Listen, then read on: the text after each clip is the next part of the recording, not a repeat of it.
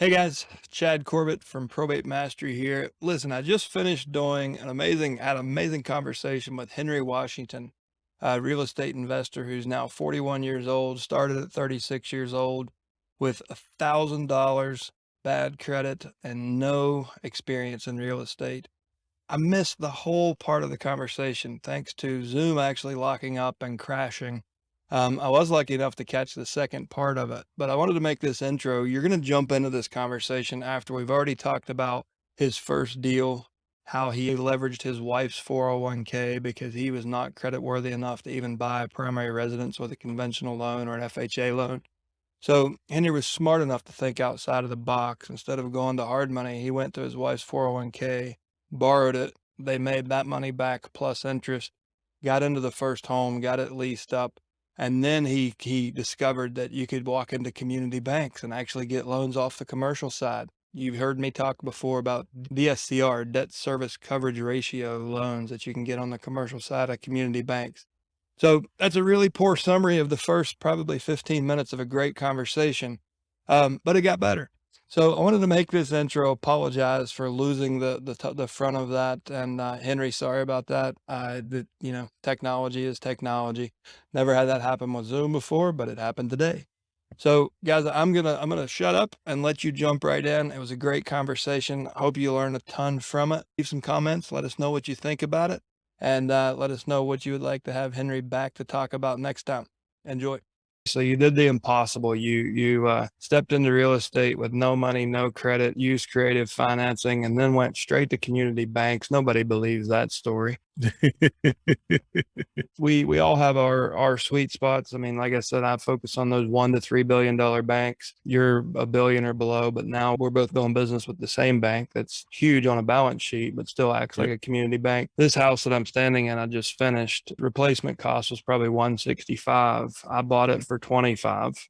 Hey, Yeah. And I was going to use a line of credit. Like this thing is every inch of this house is custom built, every single inch, but I don't have a dime in it. I took a home equity line of credit through First Citizens Bank off of another probate house I had. And I paired that with, I was in the lobby at First Citizens and they had this poster for a home improvement loan. I'm like, what's that? And they're like, oh, that's for, $50,000 loan at 3.49%, unsecured, no underwriting.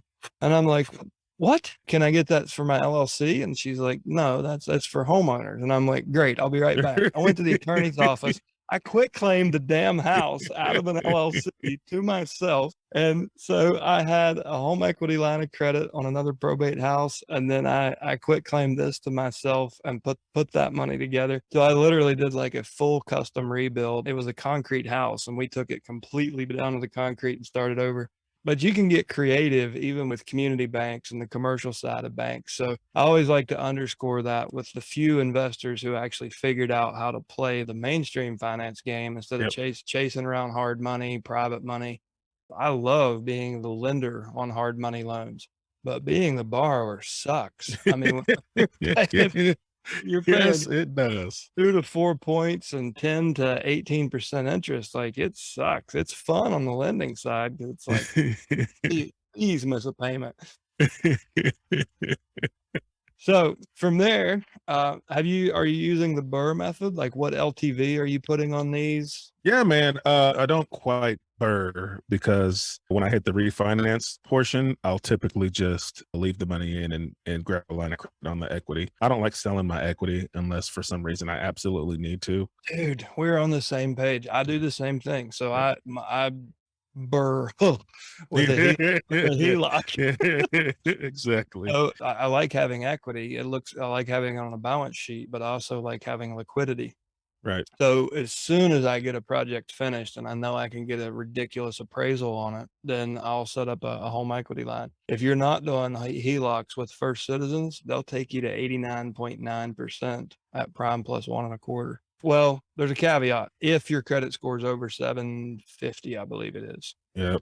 Yep.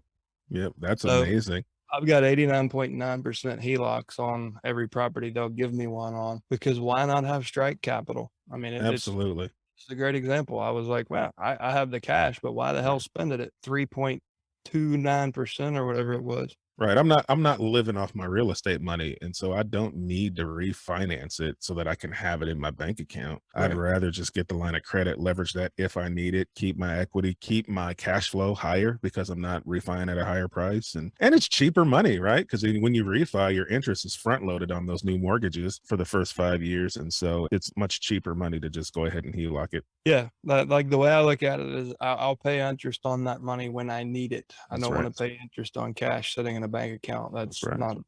That's not that smart.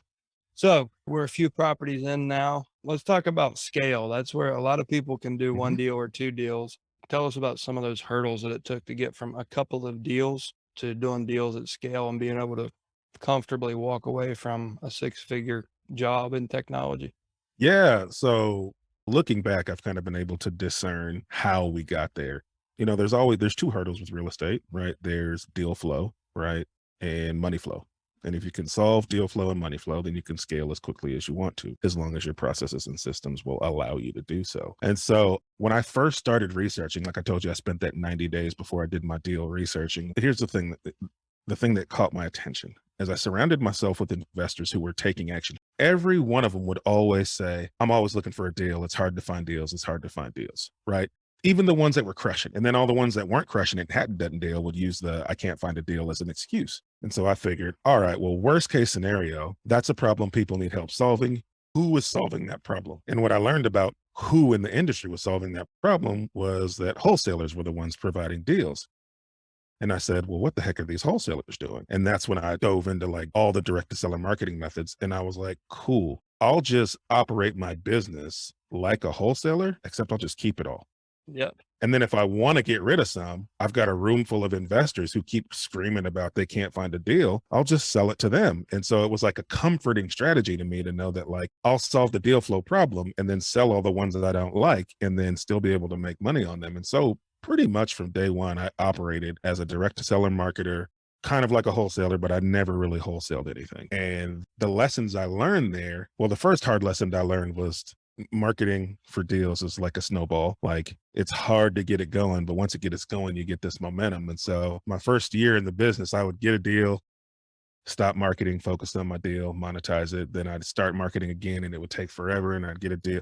Like it was just kicking my butt. And so then I had to learn to just be relentlessly consistent with your marketing. Because I was operating still, I knew I could sell deals to people, but there's still that like fear, scarcity mindset in the back of your mind that's like, well, you don't want to get too many deals. What if you get, nah, man. Now I tell my students too, I'm like, when you're hitting a point where you feel like your marketing is kind of stagnant or you're just not getting that deal, spend more money and more time instead of less money and less time because that snowball is going to start paying off. And before you know it, you're going to be trying to figure out how to make all this money with all these deals you've got on your plate. And so now we just never, ever stop. So it forced me to put processes in place to make sure that you've got to be able to like honor the leads that you get because it doesn't matter how good you are at finding deals. If you can't handle the lead flow, then you're wasting money. You're wasting people's time. And then we solved the money problem by the commercial banks were just ready to give me money because I kept bringing them such stellar deals. And so it allowed me to scale at whatever pace I wanted to scale at. My strategy for the past 3 years has market. We sell the singles, keep the multis. So how old are you now, Henry? Right? 41. 41. So at 36 years old, you started this with $1,000 and insufficient credit to get a primary mortgage. And you guys know that that's a low bar. He still had the presence of mind because after 90 days of research, he had the presence of mind to resist the instant gratification of a wholesale check to pursue long-term wealth. This is something that you guys have heard me talk about before. Like wholesaling has its place. I've done it, and I almost regret every single wholesale deal I ever did because I'll tell you, the very first deal I wholesaled, it was a probate house, Norris Drive. I still remember. I can see I put it under contract sub 2. It was a smoking deal. I was picking it up at 36. It was, as is was 86 on it. I got nervous. I thought, man, wouldn't it be nice to just pocket 15? So I think it was 16 grand in cash. I just blew it out in a day, signed my contract, got to the closing table. John, who later became a friend of mine, and he's a great investor. But John walked away with the house with all that equity and a $36,000 check from a community bank. because they looked at it as a DSCR loan. They knew the neighborhood, they knew what it would rent for, they saw my photos. And, coming from conventional real estate, I'm like, that's illegal. You can't walk away from the closing table with checks. No, actually, I looked at the title company and I'm like, what the just happened here? What is he doing? Like, how did he make more than I did? And he gets the house. Like, I lost the house. And they're like, oh, he works with a community bank. So you can guess where my next stop was. That's right. Within 2 hours, I was sitting in front of the president of what was then Hometown Bank. And I was like, Peter, we need to build the same relationship you have with John. What do I need to do here? He's like, nothing. Just prove to me that you've got a good plan. You're capable. And from that day on, I had 85 LTV money. They didn't do draws. I could pick up wholesale deals from other guys Yep. and walk away from the closing table with thousands of dollars in cash to do the rehab. You could literally buy no money down through banks, close inside of 30 days. If you're wholesaling because you say, well, I want to raise cash to get into real estate, I need cash for my own deals. Bullshit. You Bullshit. need more education. Like you're listening to the wrong damn people. You've chosen the wrong mentor. You don't have a mentor. This is living proof. And we've both got these stories, but I regret wholesaling more than anything I've ever done in real estate because I paid higher taxes and everyone else made all the damn money. Yeah.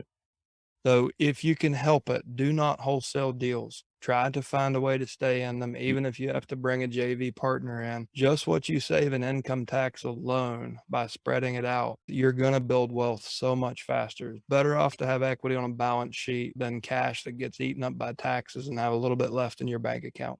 So that's impressive that you saw that so early on and you had the courage to proceed in on building a balance sheet versus trying to build a checking account. That's awesome, man. Yeah, man. The goal was always to buy rentals, but I remember my wife and I wrote our original goals down before we did that first deal, and it was to buy one house a year for the next 5 years. And then after we bought that first one, the bank gave us the line of credit, and I was like, oh wait, I don't need to use this as a strategy to supplement my retirement. I need to use this as a strategy to retire in the next 5 years. Right. Like, and so I did 5 deals that first month. Like we went all in, man. But you're exactly right. Like I tell people when they reach out to me, when they're looking for me to mentor them, and I ask them, well, what is it that they want to do? And they say, well, I want to wholesale to generate some capital so that I can. And I'm like, well, that's not what I asked you. I said, what do you want? And they'll say, well, I want to buy and hold. And I say, well, that's what you should be doing. Start there. Right. You can start exactly there. You think you have to go the wholesale path because that's what the people online tell you to do. And because it's attractive too, right? No money, no credit. And I can make thousands of dollars. You can start in any strategy. There is a way to do it. If you haven't figured out how to start in the strategy that you want, you nailed it right on the edge. It's just that you have to educate yourself until you figure it out. Because I know a guy, his first deal was a 20 some odd unit apartment building. And I said, well, what made you just jump into real estate and your first deal be an apartment building? And he was like, well, I didn't know people didn't do that. He was like, because that's what happens. We get jaded. People say, this is the path you have to follow. You got to buy a single, and then you buy a duplex, and then you buy a triplex, and then you buy an apartment building, and then you go into commercial. You could do whatever you want. He said, the people around me were buying apartments. I just thought that that's what you do. And so I bought an apartment building, right? Like you can do this. You can do whatever strategy you want. There's a way to do it. Yep. And in almost every town in America, there's an 80-year-old man who built a portfolio holding it free and clear. Oh man. If you can find those people, you can buy one or you can buy them all, and he'll own or finance every damn one of them. Too. I have a marketing strategy to find exactly those people. Yeah. That's so fun, especially like, I'm in middle America. There's always the old Mr. Johnson, and Mr. Johnson's got, 50 units and he's probably not ready to sell yet. But even if he isn't, Mr. Johnson knows old Mr. Randy down the road, and Mr. Randy's probably looking to dump some of his properties. I just had coffee with him yesterday, right? Those guys are gold mines for deals. And he's got that aluminum sided clipboard back of his pickup truck. And you're like, can I see your rent rolls? He said, oh, let me go. And the coffee cups fall out. Tiny one Ford pickup door. And he throws it on the hood and he's like, all right, so that's Sadie. She's been there for 11 years. She's real nice. She goes to church right over there. She pays me on the 16th in cash, right? And you literally underwrite the deal on a freaking truck hood, like on pen and paper, and you're so yep, at one in every town. That's right. You do coaching too, right? Yep. Mm-hmm.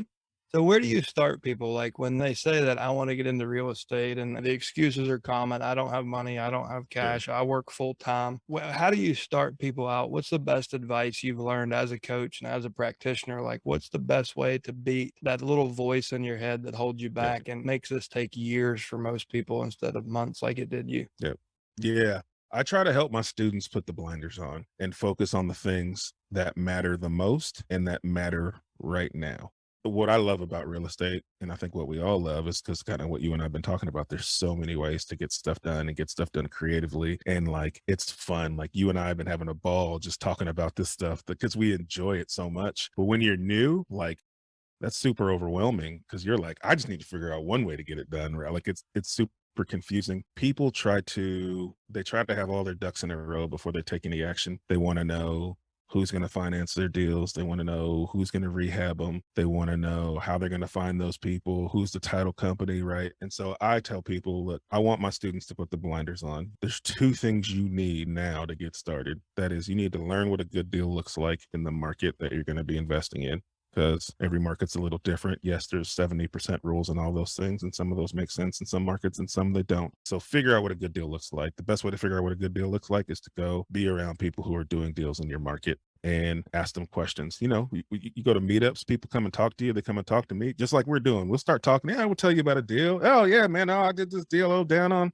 oh, what's the name? And they start talking about it. And when you do that, you're building this relationship with somebody who's a mover and a shaker, but you're also learning where they're buying deals, what they're buying them for, how much they put into them, what kind of money they're making on them, what they're renting them for. Like, start to glean all that information. That's just one free way to get market specific, but learn what a good deal looks like in your market and then learn how you're going to find your deals. Some markets are still in the place where you can go grab a duplex off the MLS and it cash flows, but most markets in America, you're going to have to do some sort of off market. You teach probates, there's a bajillion ways. So figure out a way that makes sense for your personality and your budget. Because if it doesn't fit your personality and you're new, like, I don't care, like, you can say, well, I'm going to make 50 cold calls a day until I find a deal. But if that's not who you are, A, you're going to suck at it.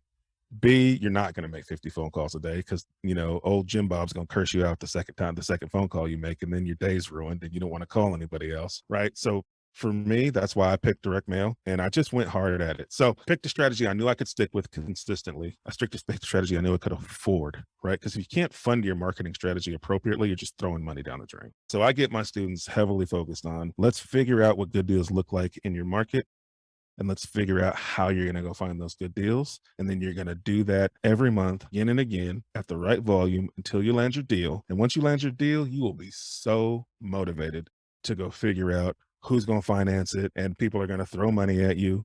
You're going to be so motivated to find that contractor and all the crap that doesn't matter until you get a deal. You will get that crap done when you got that first good deal on the hook. Oh man, they knock that stuff out. So I just try to get them to put their blinders on, figure out what a good deal looks like, go find yourself a good deal. Don't do anything else until you do that. Hey, I want to point out there's this list that has 1.3 million properties a year that are held. 67% of them are held free and clear, and most of them sell at 80 cents on the dollar. Just a reminder. Like, Yeah, do like this. you've got some more direct mail to order this week. Seriously, man, like this list, like working probate was, I've got a similar story and got into this. I worked every lead type I could find because I wanted to know like which one's the right one. I worked inheritance list, vacant, code enforcement. I mean, you name it. I literally had the door-to-door meat salesman on $500 bonuses. If I closed on a deal, they got 500 Mhm. bucks. Yep. I would follow mail carriers down the damn street and offer them 500 bucks for every vacant house lead that I closed on. Firefighters, like I tried it all. Where I ended up finding enough business to completely build the brokerage side and the investment side and hit financial independence by 38 was in probate.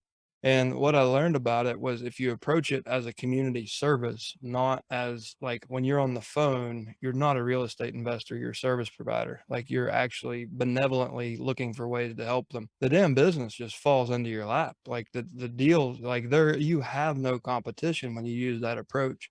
So for anyone who's publicly watching this and you're not familiar with me or what we do here, that's pretty much what we teach is from my story. I tried all the lists, the PPC and all kinds of different marketing. And, I fell for the skip trace and calls and text messages and all that bullshit. You can burn through a lot of cash, spread yourself thin, and distract yourself. What worked best for me day in and day out was consistent direct mail to a probate list with an actual offer, something that was actually valuable to them. And it's the same for anything else, whether it's pre-foreclosure, whether it's divorce, whether it's, you name it, even tired landlords. Offer them something of value. The Mr. Johnson we were talking about earlier, he's got a few ways out of his portfolio. A lot of those ways come with heavy taxes, depreciation recapture, and whatnot. If you can get him to owner finance it until he dies, then his family gets a step up basis. His legacy money goes untaxed. And if you have the knowledge to be able to market to people and say, here's how working with me can benefit you, then you don't have any competition. It's your deal every time. Like you show up in the mailbox and say, hey, I'm looking to acquire a portfolio and I've done the research on yours. I'd like to help you minimize taxation and build legacy money. Let's get together and I'll show you how a way out of your portfolio where your family gets a step up basis and you keep 30 to 40% more of your wealth because you don't suffer depreciation recapture as well as capital gains tax. That's what I mean by crafting a valuable offer. It can be something as simple as that. Offer an old man the ability to save 30, 40% on what took him a lifetime to build. Do you think anyone else is marketing that way? So think outside of the box. Like whatever marketing list you choose, whatever strategy you choose, be empathetic to who that person is, what their situation is, and what actually might be valuable to them. Chances are they're very different than you are. Right. That's why you're trying to buy their house for pennies on the dollar, right? Or with terms. But I found that a lot of education in the real estate space is pretty selfish and it's pretty one sided. And it's like, they got your money in their pocket. Go get Yeah. that money. Yeah. And it's Yeah. a bunch of bullshit. It's like pushing boulders up a Oh man. mountain when you do it that way. Preaching. You learn some valuable lessons very quick. You're surrounded by some smart folks, it seems. I didn't pick it up in as quickly as you did, I don't think. It took me a year of banging my head against the wall until I actually got smart. I want to talk about junk leads now. I have a methodology to monetize every real estate conversation. So if I market to a list of motivated sellers and I can get one on the phone and I can get face to face, I'll come out with a signed contract of some kind. It might be brokerage, it might be investment, it might be a contract for deed, it may just be an option without even not even a lease, just an option. But I can solve a problem for them. And that was because I felt like a fool in my first year of investing because I had these junk leads. And what ultimately came around, I don't know, are you familiar with the 100-0 No. principle? So it's the simple, there's like a little coffee table book you can read in 10 minutes, but the simple principle is if you want to live a fulfilling life, hold yourself 100% accountable all the time and the other party 0% accountable. Because the one thing you can control is how you react and the stories you create to every situation. What you can't control is how other people act and their side of the story. So if you can accept 100% accountability in any situation, this is good marriage advice too. If you can accept 100% accountability and expect 0% accountability from the other party, then that just forces you to become a better person, right? To do better at that. So what I found is I had my victim glasses on and I'm like, oh, these leads suck. These are bad leads. These aren't very good. 9 out of 10 don't want to sell the price that I can buy at.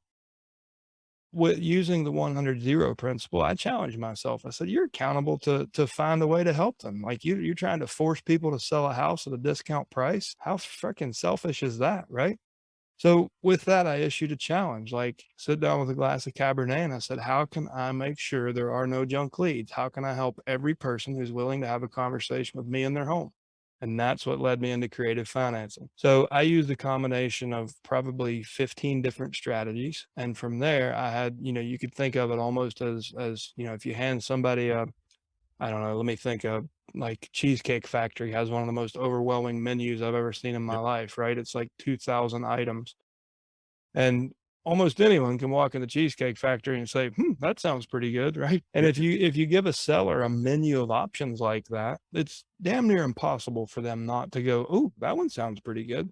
So that's what I've been using since my first year. Hmm. And I found that real estate became really fun and easy from there because I had to focus on the relationship I wasn't pigeonholed into a single strategy and a single way to do it. And I quit calling myself an investor. I went ahead and got my fourth real estate license and had a Virginia license. So I knew regardless, when I walked in that front door, I was coming out with a piece of signed paper and I had a pre-filled purchase agreement, option agreement, and a listing agreement almost always for that property. We both kind of got to the more advanced things early in our investing career. That's not meant ever to intimidate you guys. If anything, it's to inspire you, to show that there is a different way. The mainstream talk of real estate investing is, well, you got to get started wholesaling. So get out there and buy the absentee list and hammer the hell out of it. Just call, and you'll eventually get a deal. And that's true. A blind squirrel finds a nut every once in a while. But there's far easier ways into real estate where you can get that 4 and 5 year retirement result. So when I was interviewing these buyers, I'd say, what's a deal? And almost every one of them had a different answer. Some would say, well, I use a gross rent multiplier. Some would say, well, I use a cap rate. Some would say, well, I don't know, just It's a bring them fact. to me. I know a good one when I see them. And some Yeah. would be like anything in 24018. Like some would just, it would pay whatever as long as it was in that zip code and that school Right. zone. And I was shocked at how they didn't really have like a known criteria. Yeah. And what I ultimately learned is they didn't have a P&L, they didn't have a balance sheet, they were keeping stuff in notebooks. They thought they were making money and they were barely making any kind of a return. A lot of those guys were in low income housing. They would brag about 24 to 30 cap rentals. And I'm like, yeah, that's gross scheduled rent divided into the wholesale price. Now let's talk about your repairs. Now let's talk about your Your vacancy and credit turnover. loss and the Yeah. 6 month eviction and collecting rent with a freaking Glock 3 different days in 1 week to get a Yeah. third of the rent. Let's talk about that. Let's talk about the time value of money. What's your hourly rate when you're risking your life to pick up a rent check? And they were just like, well, and they weren't accounting for it. Some of these guys Yeah. held 100 doors and they had no clue. But if you pulled their real numbers into a P&L, they were losing their assets. A lot of them were spending money on their portfolio. Yep. And I helped them sell it later. Like I sold blocks of like 60, 70 houses for some of these guys because they were underwater and didn't even know it until it was too late. So the bigger point in that is be careful with who you take advice from. Like if they haven't achieved the result you're trying to Right. achieve, keep looking. That's right. In today's age, there's an impressive amount of people who are generously sharing information. Yeah. You're And the other thing I will say is in my very first REI meeting, I didn't know it at the time. I didn't know it until a couple weeks later, but the most seasoned wholesaler and flipper in the room was trying to trip me up because I stood up and said, hi, my name's Chad. I've got 125,000 either for acquisition or I'll entertain private lending opportunities. They smelled stupid in the water. So, of course, I was taken to a HUD house. To this day, the moldiest house I've ever seen. This one was locked up for 6.5 years with over 200 leaks in the metal roof. They tell me to buy it, tell me that just spray some peroxide on it. Your rehab budget should be around 15 grand. The demo for the mold was $18,000. The rest of the rehab would have been probably around 60. The floors are uneven, termite damage, foundation issues. And they tried to walk me into a trap because they wanted to take me out of the game, right? Just because they're in a meetup or an REI, it doesn't mean they have good intent. Like be prudent as you're deciding who to take advice from. 100%, man. It's there's teachers and there's doers that teach, right? Like I live and breathe this business. If I had to pick teach it or do it, I'm going to pick do it every day, right? Like I love it. I Yep. love this business, right? And I do teach it because I feel an obligation to share this life-changing information with people. But don't get it twisted. I'm a real estate investor that also teaches people. I am not a teacher who has done some real estate investing. Yep. Yeah. Well, teacher, I want to close out with the fun question, maybe a risky one, but I saw the market turn about nine weeks ago is when I first saw the market turn. When I saw buyer demands begin to soften, I Yep. saw homes sit on the market for more than a few days. I saw price reductions. It finally has hit the news cycle and the sky is falling and, real estate's going to zero. It's interesting, like 50% of the brokerage camp still thinks it's 2007 and the Oh my prices are gosh. gonna increase at 18% annualized for the rest of their life, and every year is gonna be like the last 2. The other 50% are, convinced that real estate values are gonna drop 99%.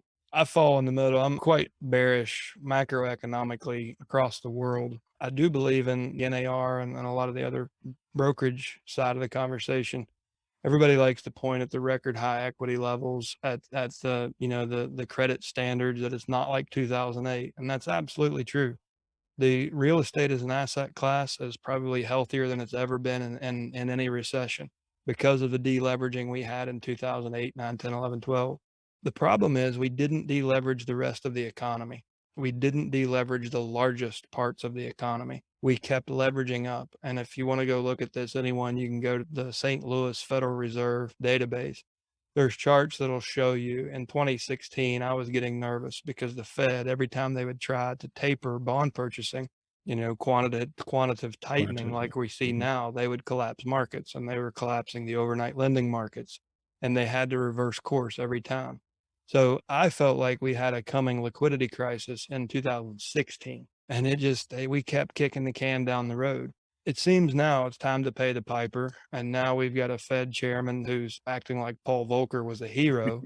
He was actually just he was the fool that got stuck with the job, in my opinion. The central bank cannot increase, well, they don't typically increase production. What they're going to do is crush demand through raising interest rates that they Mhm. shouldn't have lowered so low if they were going to print money. So my opinion of this, I think we have a damn long ways to the bottom of real estate. And I think we have a damn long ways to climb out of it, because different than in 2012, unless the Fed changes course, what we know about their intentions right now, they don't intend to lower rates. They intend to raise rates to try to squash demand. And when that demand collapses, that's when prices collapse. I think we're probably still 60 days from that. I mean, obviously, we see softening, we see price reductions. But the thing that makes me extremely nervous is we had the record high consumer savings rates coming out of COVID, out of the first lockdown, the true lockdown.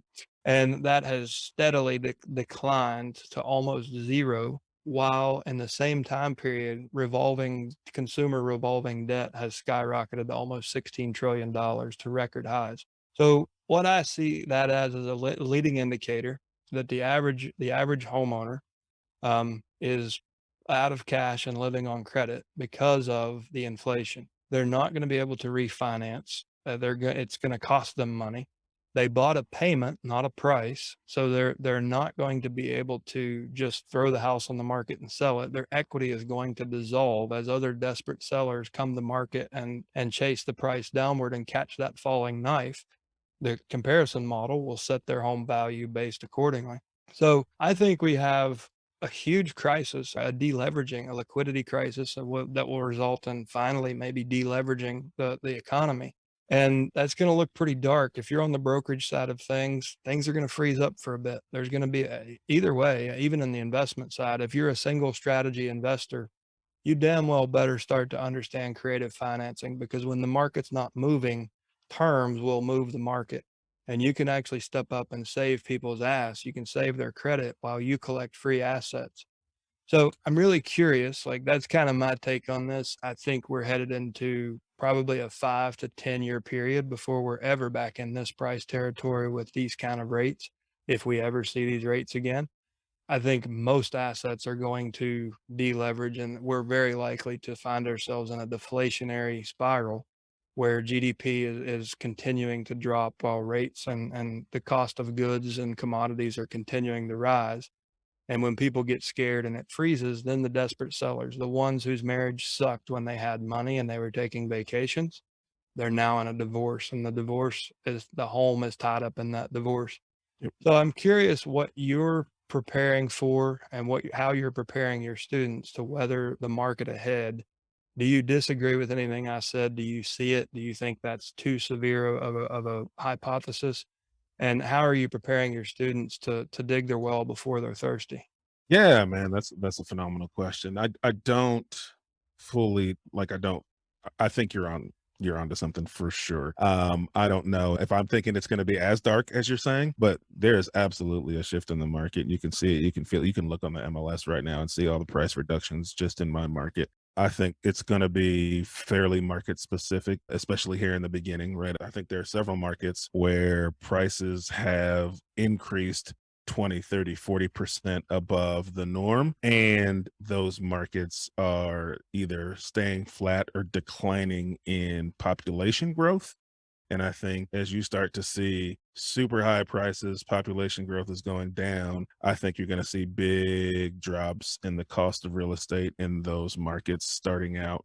And then I think that'll move across the country. What I'm telling my students and what I've been talking, it's either we're either going to be starved for deals, but money's widely available, or you're starved for money and deals are hard to come by. Our deals are widely available. And I think we're moving as investors. We buy situations that tend to have a house that come with them, right? And an economy like we're seeing now is going to create even more situations. And so, yes, I think deal flow is going to be there, but access to money is going to be different. And what we're talking about with my students is being able to lean harder into some of the creative financing and owner financing, just like you're talking about. We want to create options. Like there's indicators to me when I'm talking to somebody where I know, like, I know owner financing is best for you. I just have to educate you so that you know owner financing is best for you, right? Or I know that subject to is probably the best strategy here. It's just going to take some sort of education so that we understand how to do that, or so that I can help you see the benefit to you. And so I think as we move into this, we need to be opening our mind to more than one type of lending, because hard money is expensive now. Wait till you see it when rates continue to rise. Right. And community banks are tightening up. The one I deal with mostly sent me an email yesterday just with the new rates and terms that they're trying to go with, and they're trying to slow down how much money we borrow with them because they feel like it's 2008 all over again. You know, a lot of these banks lost their shirt back then, and so they've got a little PTSD. Well, they have a lot of outstanding corporate Yeah, debt too, record yeah, levels of yeah, outstanding corporate debt. And that's what, like, the metrics within the real estate industry or asset class, they don't make me nervous at all. I think it right, looks, if you isolate it, if you put blinders on and act like yeah, it's an isolated part of the economy, great. Like it yeah, looks like everything's going great. Rents are ripping, prices are ripping. Like we've yeah, got the most credit worthy buyers we've ever had in this country. But when you pan the camera out and you look at the level of distress, mhm, I mean, there are over a dozen companies in the S&P 500 that should have died 2 years ago. They've been propped up by the central yeah, bank, and they're not gonna be able to stand on their own. When they're let go, they're let go. You've got 3 of the largest corporations in the S&P 500 are posting more than 50% loss, like quarter over quarter, 50% reductions in profit. One of those will surprise you. It's Amazon. Heard of it? So yeah, like we literally have a crisis, like the leading indicators to a massive corporate debt problem. And that's what makes me the most nervous because it's going to hit the banks and it's going to hit the people with jobs. right, And when banks won't lend money and when people with jobs can't borrow money, then your demand shuts off like a switch. So sellers will then demand that, they're not going to lower their price, and their motivation becomes higher, their yeah. The price price comes becomes down. lower. Yeah, But you can sit there and starve to death for 6 to 9 months until that happens, or you can be the one that educates them. So just like Henry said, like, when a sub two deal is the right thing, you need to learn to translate that into layman's terms. How yeah. about, where do you guys think, if you had to move today, where would you go? All right. Well, how about you go ahead and do that, and I'll build your credit while you're gone, and I'll take this problem off your back. I'll go ahead and bring the payments current today. How's that sound? Well, what do you mean? That I can't do that. That sounds like a scam to me. That's Yeah. interesting you said, and just start the conversation. But like, just get into a conversation with them and explain it. They don't understand real estate finance. It's your job to. And you can get deals in a frozen market when everyone else says they're starving to death. You can create your own deals. And what I want to say there too is a part of the reason why that conversation is successful for someone like you or someone like myself is the thing we mentioned at the beginning, is that you figured out early that you need to have multiple options because you felt a responsibility to help the people whose homes you walk into, right? And part of that responsibility is knowing enough to know what all of their options are so you can educate them. I learned early on to stop walking into houses and seeing it as, I need to close this deal. How do I close this deal? And I started walking into houses thinking, how can I help the person across from me? If I'm truly in the business of buying situations, then there's a problem here. And if I can genuinely, like if it's a genuine response to want to help you, they feel that and they see that. And so then when you start having conversations around creative finance subject to owner financing, it doesn't sound like a scam to them because you've built rapport and trust with someone because you walk, people know, like they know if you walk in the door and you're just a salesy guy trying to close a deal versus someone who's genuinely going to help me. Right. I've walked into homes and walked out of that home, didn't buy the deal, but still spent either my time or my money to help the person in that Oh, room. hell yeah. Right. And that's valuable. Right. And because even though I didn't get that deal, I promise you, when their neighbor or their friend or their cousin or their aunt or their sister needs to or is in a similar situation, they're going to tell them to call you. Right. And this is a small community, right? You'd be surprised um how that pays off for you in the long term. If you genuinely care about people, then pitching these ideas for creative finance works even better because they know you're there to help them. It was probably my 6th or 7th appointment when I was calling myself an investor early in. I saw myself as this hot shot wholesaler that was, a financial expert and way smarter than they were. And this poor person made some stupid damn decisions. I'm going to go in and bail them out. And what I'm doing, the world needs. And I really, really believe my own bullshit. And what changed it for me is I walked into a lady's house and I was, wore a shirt and a sport coat and I was professional. I was too damn professional. I walked in there like I was trying to buy a house for a damn hedge fund. Like I walked in there like it was my house and she was in my way. She was an inconvenience. And I got exactly what I deserved. She sat down at the kitchen table. I threw my offer out and that woman bawled her eyes out. And I felt like I was that fucking tall. And that was one of the worst, probably the worst feeling I've ever had in business. Like, what are you even thinking? Like making someone cry in their own home. Like I had set it up like I was her only option and that she better take this offer. And I was damn ashamed of myself. But Yeah. it's the first time I've ever told that story to anyone, but it changed everything for me. Like I never ever walked into another house with arrogance thinking, "Oh, this is my house. I just need to figure out how the hell I'm going to get it from them." From that day forward, I walked in saying, "I need to understand their problems, then I'll choose a solution and let them know what piece of paper we're writing it on." Everything changed for me. So if you're taking advice from one of those, they got your money in their pocket, or it's a numbers game, or just go in there and get the deal, make 50 offers a day. Like hopefully you feel that feeling before you do it too many times. Right. But when you proceed with empathy and you see this, like I view my company as a social enterprise, like I'm doing a favor to the neighborhood, a favor to the seller, a service. And it hardly ever comes with just a house. It's Right. like, no, take the house and all of the shit in it, and Right. the neighbor next door, and the encroachment, and the termites. Like, I'll take all that on. Like, and so you're doing, a true service in most cases. But think about it that way, just as Henry had said. But that appointment really told me what I was not going to do from that point Yeah. forward. Man, what self-awareness though, because most people would have just said, well, she screwed up, she missed out, I'm going to go on to the next one. And that self-awareness, it sounds like, changed your life and your business. Problem was I had one strategy in mind. I was looking for 60 cents on, 70% minus repair times ARV minus repairs minus my commission or my wholesale profit.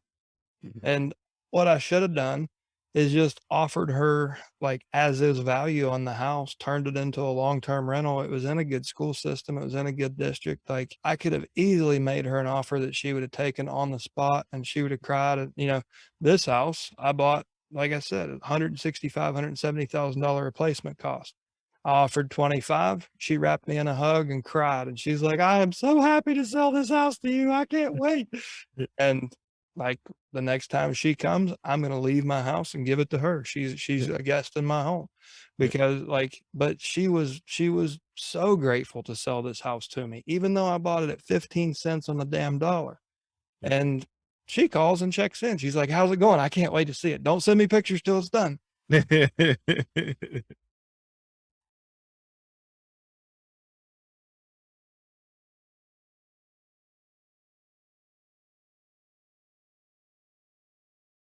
Well, listen, man, we're running over time. I want to be respectful of yours. You're a coach and a practitioner, so I want to let you run. Thanks so much for being transparent, sharing your story. I'm happy to. We'll drop your social links and the show notes. Anything you want to say in closing? If you want to introduce people to to find your communities or where they can connect with you. Oh yeah, best place to find me is on Instagram. I'm at the Henry Washington on Instagram, and you can click my link in my bio, and it's got all kinds of stuff, free books and whatnot. So all that's in there. And I give tons of free information away on Instagram. And I'll just tell people, I want people to know that like this is a people business. It's a real estate business second.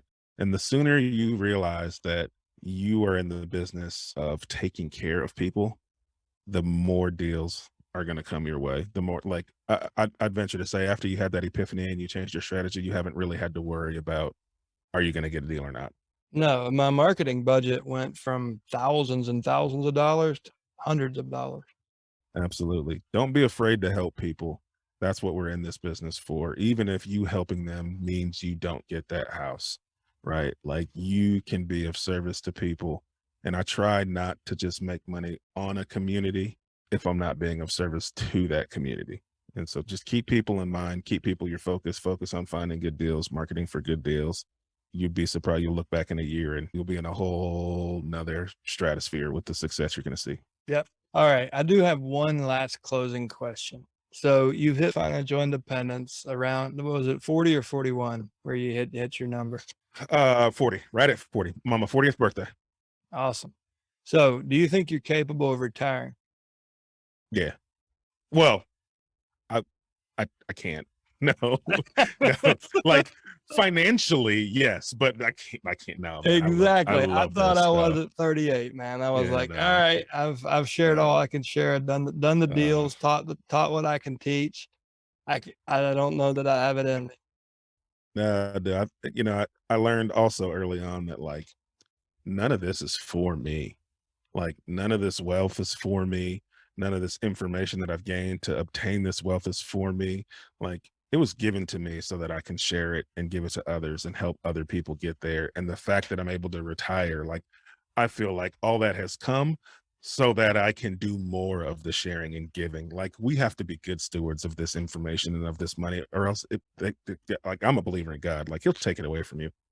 Like, so you got to be a good steward. Like you get to reap the benefits of it while it's in your possession. Don't get me wrong. Like I live a good life. I enjoy myself, but it's not for me, right? That's the purpose of it isn't for me. And so as long as you keep that in mind that like, yes, you can reap the benefits of it while you have it, but make sure you're being a good steward of it and giving it away. You'll be blessed with so much abundance.